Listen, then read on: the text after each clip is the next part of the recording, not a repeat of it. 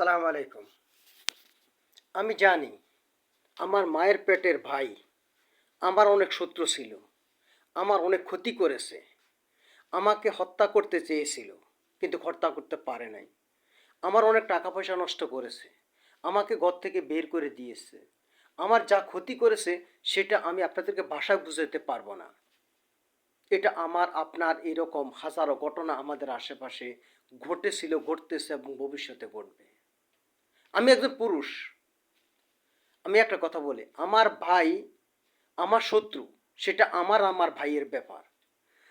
তবে অন্য কোনো শত্রু যদি আমার ভাইয়ের কোনো ক্ষতি করে, আল্লাহর কসম খেয়ে বলতেছি, সে পৃথিবীর যে প্রান্তে থাকুক না কেন আমি তাকে ছাড়বো না।